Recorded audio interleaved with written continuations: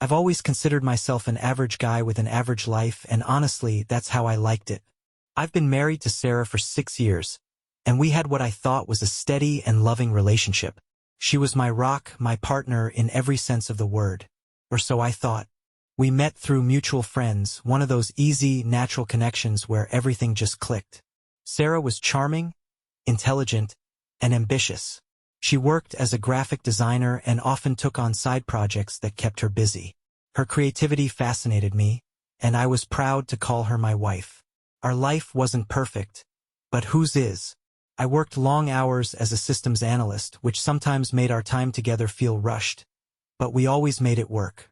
At least that's what I believed. The first cracks in our relationship appeared about 6 months ago. Sarah started spending more time on her laptop late into the night, claiming she was working on a big freelance project. I didn't think much of it at first. Her dedication to her craft was one of the things I admired about her. But then came the hushed phone calls, the abrupt silences when I entered the room, and the new password on her phone. When I asked her about it, she brushed it off. "It's for a new client," she said, her tone clipped. "They're very particular about confidentiality." Felt off, but I didn't push. I trusted her, or at least I wanted to. She'd always been private about her work, so I convinced myself that this was just another eccentricity of her creative process. But the late nights turned into early mornings, and she grew more distant. I'd wake up to find her side of the bed empty, only to discover her in the living room with her laptop, looking startled when I walked in. "You scared me," she'd say with a forced laugh, quickly closing whatever tab she was on. Something wasn't right. The turning point came when I noticed the package.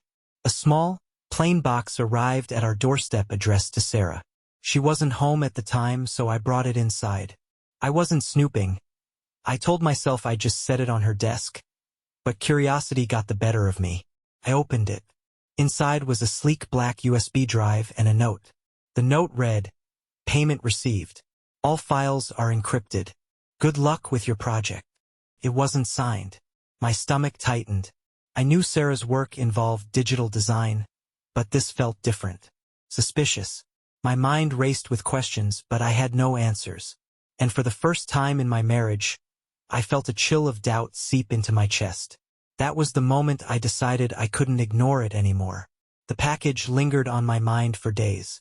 I wanted to confront Sarah immediately, but something stopped me. Maybe it was fear. Fear that I might not like her answers, or worse, that she wouldn't even bother lying. Instead, I started paying closer attention.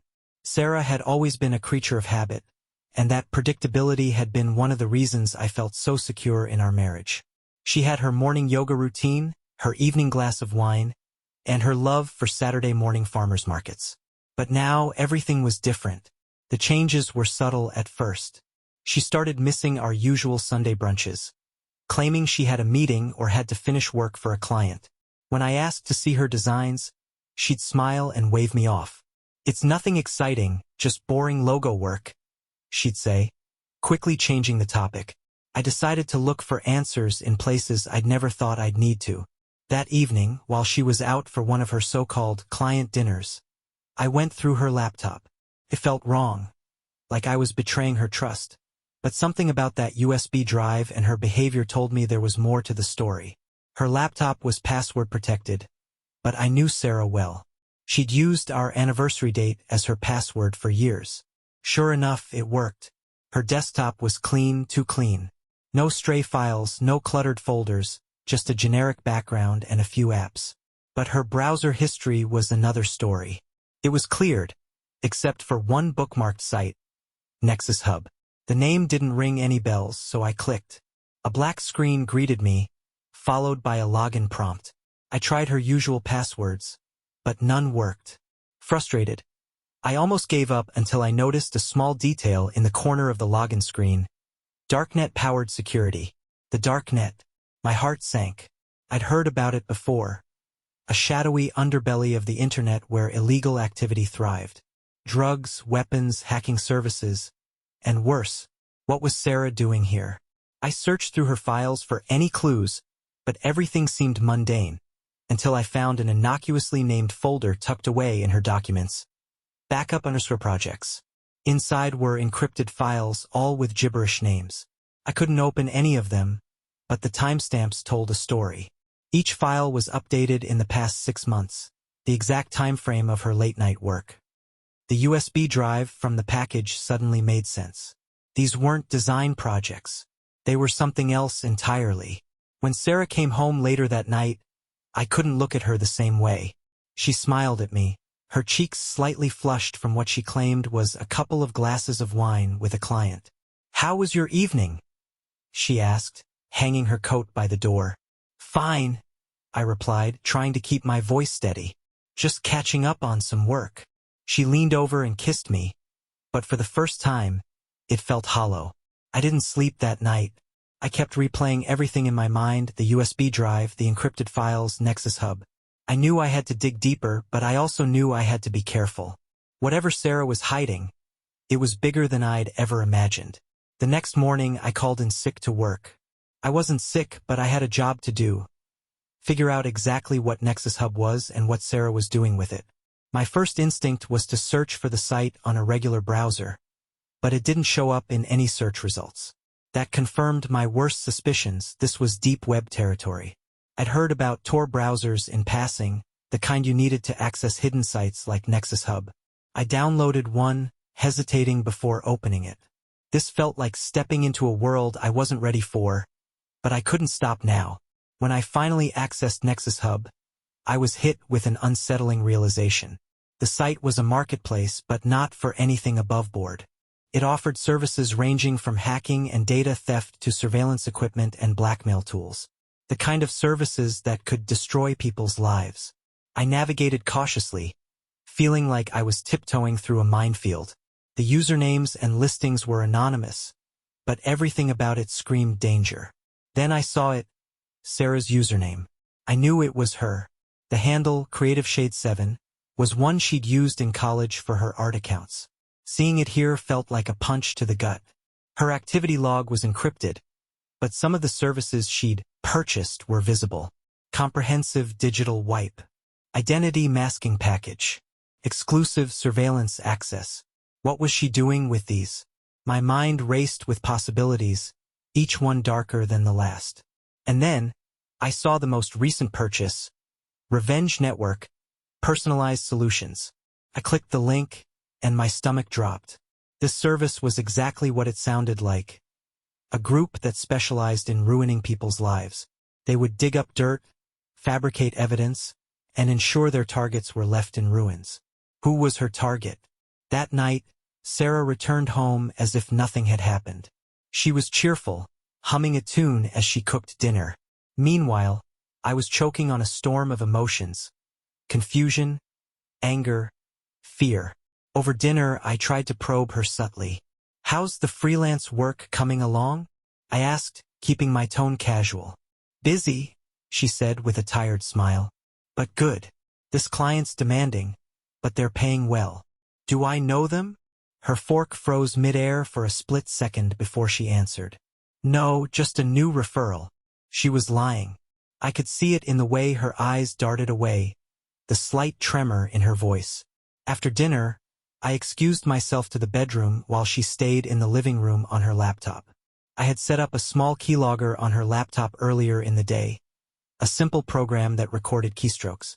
It wasn't ethical, but I had to know what she was doing. When she finally went to bed, I retrieved the logs. What I found chilled me to my core. She had messaged someone on Nexus Hub, CreativeShade7. "I want this done by next week.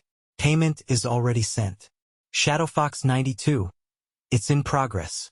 You'll have what you need soon." This wasn't just some side project. Sarah was orchestrating something, and I was starting to realize the target wasn't a stranger. It was me. The keylogger logs haunted me all night. Sarah wasn't just lying. She was planning something malicious. But why? What had I done to deserve this? I couldn't let her know I was on to her yet. If Sarah was willing to use the Nexus Hub services against me, she wouldn't hesitate to escalate if she felt cornered. I needed to gather evidence and figure out her endgame before I made my move. The next day, while Sarah was at a supposed client meeting, I dug deeper into her laptop. I scoured through her files, her emails, anything that could give me answers. Most of it seemed innocent. Work emails, design files. But tucked away in an obscure folder was a document titled Planetary Outline. It was a list of tasks. Purchase surveillance package. Done. Gather evidence of infidelity. Fabricated. Leak to employer to discredit reputation. Prepare grounds for divorce filing. My blood ran cold. This wasn't just an affair or petty revenge. Sarah was systematically dismantling my life. She was setting me up to look like a cheating husband, a liar, and an incompetent employee. But why? Later that evening, I set a trap. I borrowed a burner phone and created a fake Nexus Hub account under the username SilentEcho13. Using the platform's messaging system, I contacted ShadowFox92, the person Sarah had hired. SilentEcho13. I have a job for you, but I need proof you're legit. Can you share details about your current projects? The response was quick. ShadowFox92. Client confidentiality is a priority, but here's a sample. Target.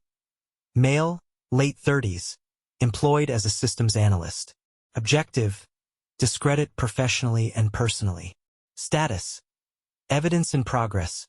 Digital leak scheduled. There was no doubt now. Sarah's target was me. My hands trembled as I typed back.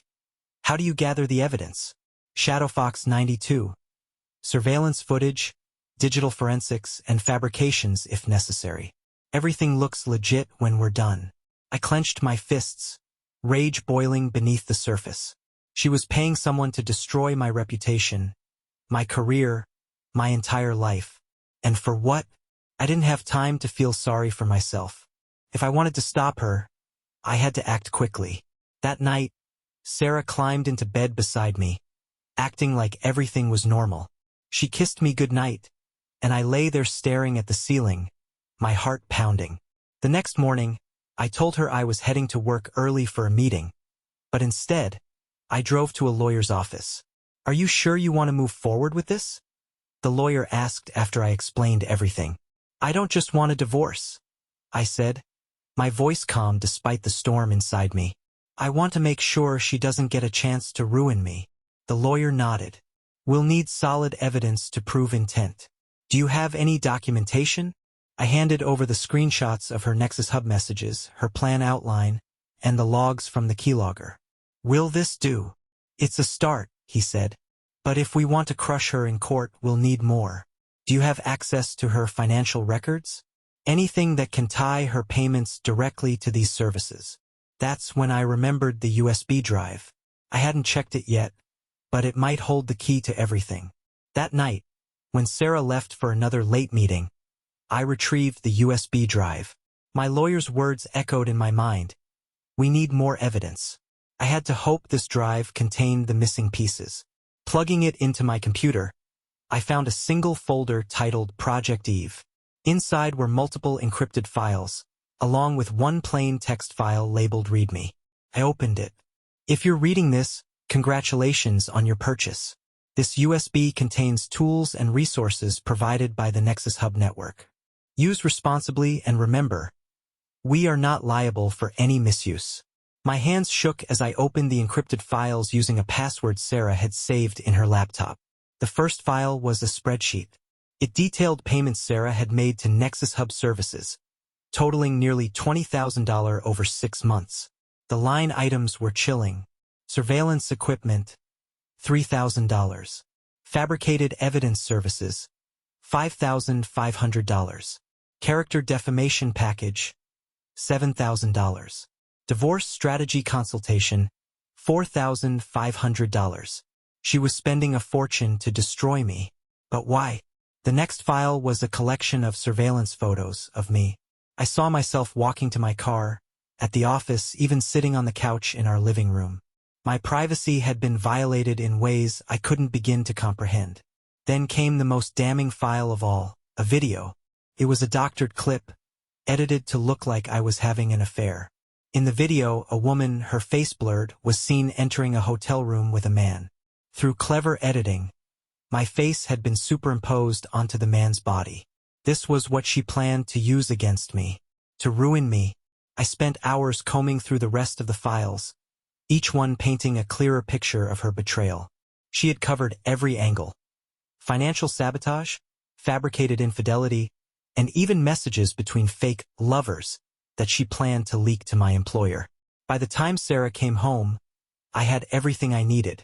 "Hey," she said, kicking off her shoes. "You're up late." "Couldn't sleep," I replied, keeping my voice steady. She leaned in to kiss me, but I turned away. "I'm just going to finish up here. You go ahead to bed." She hesitated, her eyes narrowing slightly, but eventually shrugged and walked off. I watched her go, a sense of cold determination settling over me. She thought she had me cornered, but now the game was mine to play. By morning, I had a plan. If Sarah wanted to play dirty, I'd outmaneuver her. I wouldn't just stop her scheme. I'd make her regret ever trying to destroy me. The first step was subtlety. I acted as though nothing had changed, even as I quietly built my defense. Every suspicious move Sarah made now was carefully documented. I set up hidden cameras in the house to capture her late-night activity and installed tracking software on her devices. If Sarah was going to fabricate evidence, I'd gather the truth. The following week, I took the USB drive and files to my lawyer. He whistled as he went through them. "This is gold," he said. "We'll bury her with this." But I wasn't satisfied with just divorce proceedings. I wanted more. "Can we turn this around on her?" I asked. "What do you mean?" "She's orchestrating a malicious campaign against me. Fraud, defamation, theft. Isn't that criminal?" The lawyer leaned back in his chair, a slow smile spreading across his face. "It absolutely is. If we can prove intent, we could make her liable for damages. With this level of evidence, it's entirely possible to involve the authorities." Perfect. Meanwhile, I began planting seeds of doubt in Sarah's carefully constructed plans. I used the fake Nexus Hub account I'd created earlier to message ShadowFox92 again. "Silent Echo 13. The Creative Shade 7 job is compromised. She's under investigation. Cancel the contract." It was a gamble, but one I hoped would work. If the operative believed Sarah's involvement might expose them, they might cut ties with her. A reply came minutes later. "ShadowFox92. Compromised how? Be specific." "Silent Echo 13. Sources inside law enforcement. Nexus Hub is being monitored. Evidence from her job is under review." There was no response after that, but I noticed something interesting later that night.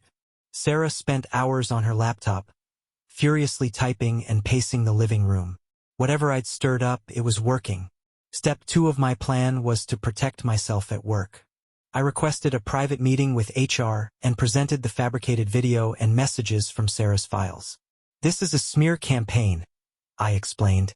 "I suspect someone is trying to discredit me professionally. I wanted you to see this before anything gets leaked." The HR director nodded gravely. "Thank you for bringing this to our attention. We'll keep this in mind should any claims surface." Now, if Sarah tried to send her fake evidence to my employer, it would backfire spectacularly. The final step was setting Sarah up for her own downfall. I carefully edited the surveillance footage from my hidden cameras to highlight her suspicious behavior, her late-night calls, the moments she abruptly closed her laptop when I entered the room.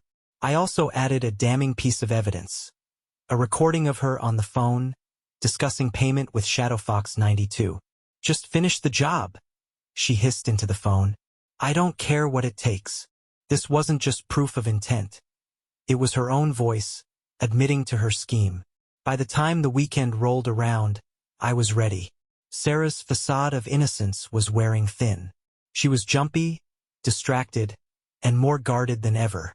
Whatever messages I'd sent through her Nexus Hub contact had rattled her. But I could tell she still thought she had the upper hand. I decided it was time to change that. That evening, as she sat on the couch scrolling through her phone, I calmly walked in and set my laptop on the coffee table. "We need to talk," I said, my voice steady but firm. Sarah looked up, startled. "About what?" I didn't answer. Instead, I opened a folder on my laptop and turned the screen toward her. On it were the photos from her surveillance files, the ones of me. Her face paled. Care to explain this? I asked. She stammered, her confidence visibly crumbling. I don't know what that is. Don't lie to me, Sarah, I said, my tone sharper now. These are from your Nexus Hub account. The same account you used to pay someone to fabricate evidence against me. Her eyes widened, and she tried to deny it. You've got it all wrong, Eric. I can explain. Explain what? I interrupted. That you hired a network of criminals to destroy my life? That you're fabricating evidence to paint me as a cheater and get me fired? Or that you plan to take everything in the divorce while making me look like the bad guy? The silence that followed was deafening. She finally snapped. You don't understand, she shouted, her voice breaking. I didn't have a choice. You made me feel invisible, Eric. You work all the time, and you don't even see me anymore. I needed to do something to take back control of my life. Take back control? I echoed, incredulous. So you decided to destroy mine instead? Her hands were shaking, and for a moment, I thought she might break down. But then her expression hardened. You think you're so smart, she spat. But you don't know everything. She stood abruptly, knocking over the coffee table. You think this is over? You think you've won? You have no idea what you're up against. I stayed calm, even as my heart raced. I have all the proof I need, Sarah, I said, pointing to the USB drive on the table. Your messages, your payments, your plans. It's all here. And tomorrow, my lawyer is filing criminal charges against you.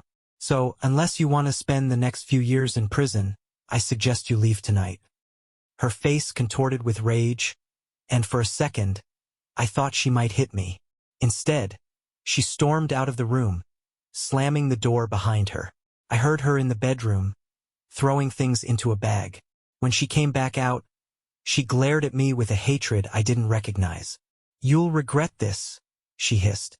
I promise you. And then she was gone. I locked the door behind her and sank onto the couch, my hands trembling. The confrontation had gone about as well as I'd expected. But her parting words left a knot of unease in my chest. I'd won the battle, but I knew the war wasn't over. The morning after Sarah's explosive exit, I met with my lawyer. I handed over the USB drive, the keylogger logs, the fabricated evidence, and the recordings from my hidden cameras. This is a treasure trove, he said, reviewing the material. Not only does this prove malicious intent, but it also puts her in violation of multiple laws. Fraud, defamation, and even harassment. It's all here. He paused, then leaned forward. But Sarah's the type who won't go down quietly. She's desperate. That makes her dangerous. Be ready for her to come at you in ways you can't predict. I nodded. She already threatened me before she left. She said I'd regret this. He smirked. She will. Once we serve her with legal papers, the real fun begins. I returned home feeling more confident, but that confidence didn't last. By evening, Sarah's revenge machine was already in motion. It started with a call from my boss. Eric, he said, his tone cautious. I just received some concerning emails about you. My stomach dropped. What kind of emails?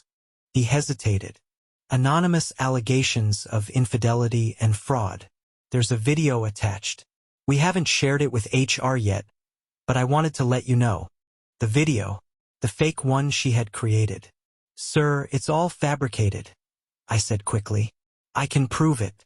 Someone's trying to discredit me, and I've already taken legal action. There was a long pause before he sighed. All right, Eric, I'll hold off on escalating this, but get me proof as soon as possible.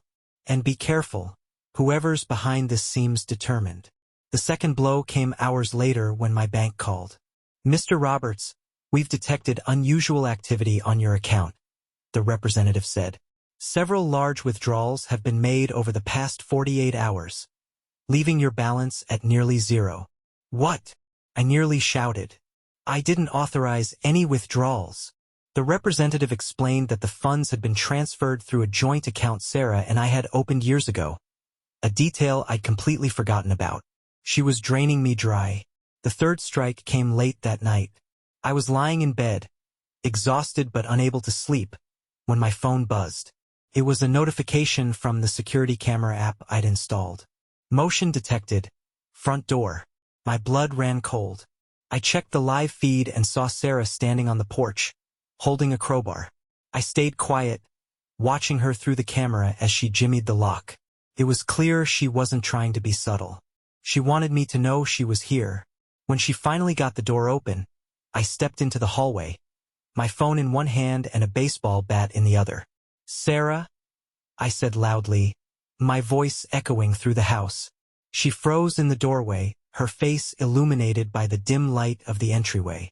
"You're insane," I said, keeping my distance. "What are you doing? You think you've won?" she snarled, gripping the crowbar tightly. "You think you can just throw me out and destroy my life?" "I didn't destroy your life, Sarah," I said. "You did that yourself. Now get out before I call the police." Her laugh was sharp and bitter. "Call them. I don't care. You've taken everything from me, Eric, and I'll make sure you pay for it." She took a step forward, and I raised the bat instinctively. "Don't," I warned. For a moment it looked like she might swing the crowbar. But then she dropped it with a loud clang and stormed out, slamming the door behind her. I locked it and called the police. By the time they arrived, Sarah was long gone. Sarah's late-night break-in was a turning point. It was no longer just about revenge or control. She was unraveling, and I knew her next move could be catastrophic. But every step she took made her easier to trap. The police took my statement and reviewed the footage from the security cameras. "We'll file a report, but without immediate harm or stolen property, it's unlikely she'll face charges for this incident," one officer explained. "That's fine," I said. "The footage is enough for my case." The officer nodded. "Keep documenting everything. It'll help if this escalates further." But I wasn't just going to wait for Sarah to strike again. I was going to push her into making a mistake she couldn't recover from. The next morning I sent Sarah an email. It was short, direct, and carefully crafted. Subject: Final warning. Sarah, I've documented everything. The payments, the fabricated evidence, and now the break-in. The authorities are aware. You've already lost. Leave me alone, or I'll ensure you face criminal charges for every single thing you've done. Eric. It wasn't entirely true. While the evidence I had was damning, pressing criminal charges could take months, if not longer. But Sarah didn't need to know that. I was banking on her impulsiveness and pride. That evening, I got exactly what I hoped for. A reply from Sarah landed in my inbox. Subject: You'll regret this. You think you're smart, don't you? You think you can scare me off with your empty threats? Let me tell you something, Eric. I'm just getting started. You're not as clever as you think, and I'll make sure everyone sees you for the pathetic, lying fraud you are. Sarah. She was taking the bait. With my lawyer's help, I compiled all the evidence, her email, the security footage, the financial records, and the keylogger logs into a single report. We filed it with the court the next day, requesting an emergency protective order and an injunction against Sarah accessing any joint accounts or shared assets. Once the judge sees this, she won't have a leg to stand on, my lawyer said. And with the break-in footage, we can argue she poses a direct threat to your safety. I nodded. That's not all. I want her contacts on Nexus Hub exposed too. She shouldn't just walk away from this. My lawyer raised an eyebrow. You're playing with fire. Nexus Hub doesn't take kindly to their clients outing them. I'm not afraid of them, I said, my voice cold. I want every part of her web destroyed. The next part of my plan was risky but necessary. Using the fake account I'd created on Nexus Hub, I messaged ShadowFox921 last time. Silent Echo 13. Sarah Roberts is exposed. Authorities are watching her closely. Suggest you cut all ties immediately. The response came within minutes. ShadowFox92, we're already done.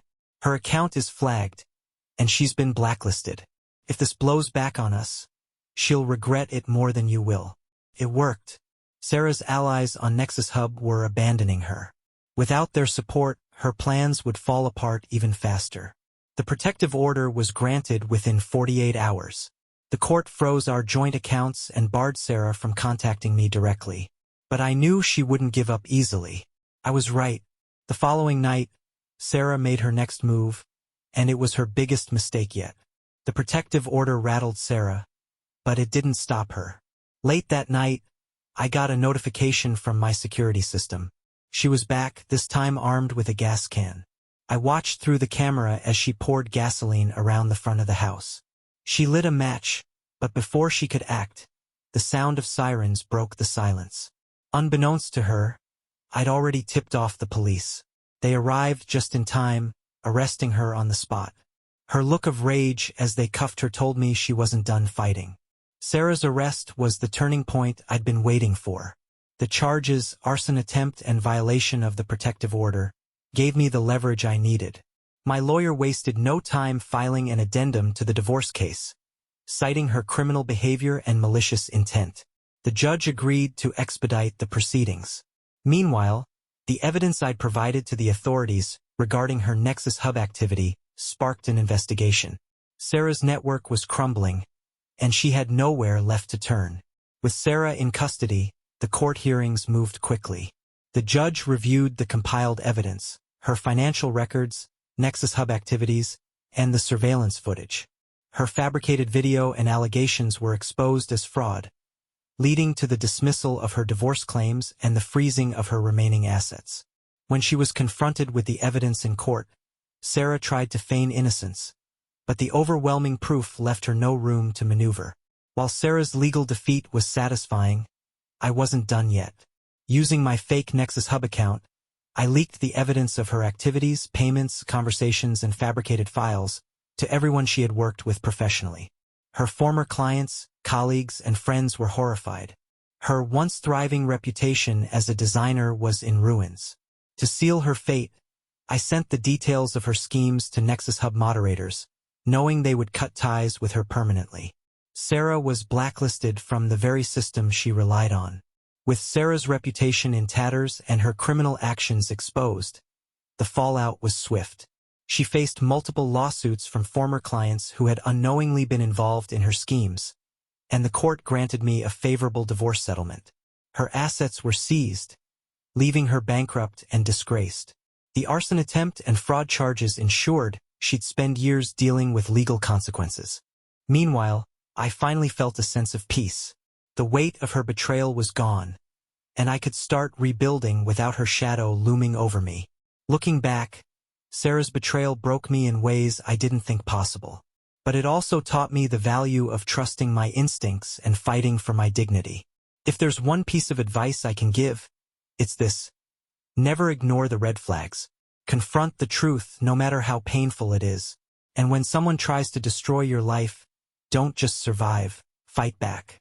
As for Sarah, I've heard through the grapevine that she's living with family, struggling to recover from the chaos she created. I don't feel pity for her, just relief that she's no longer part of my life. Now, I can finally focus on myself and the future I deserve.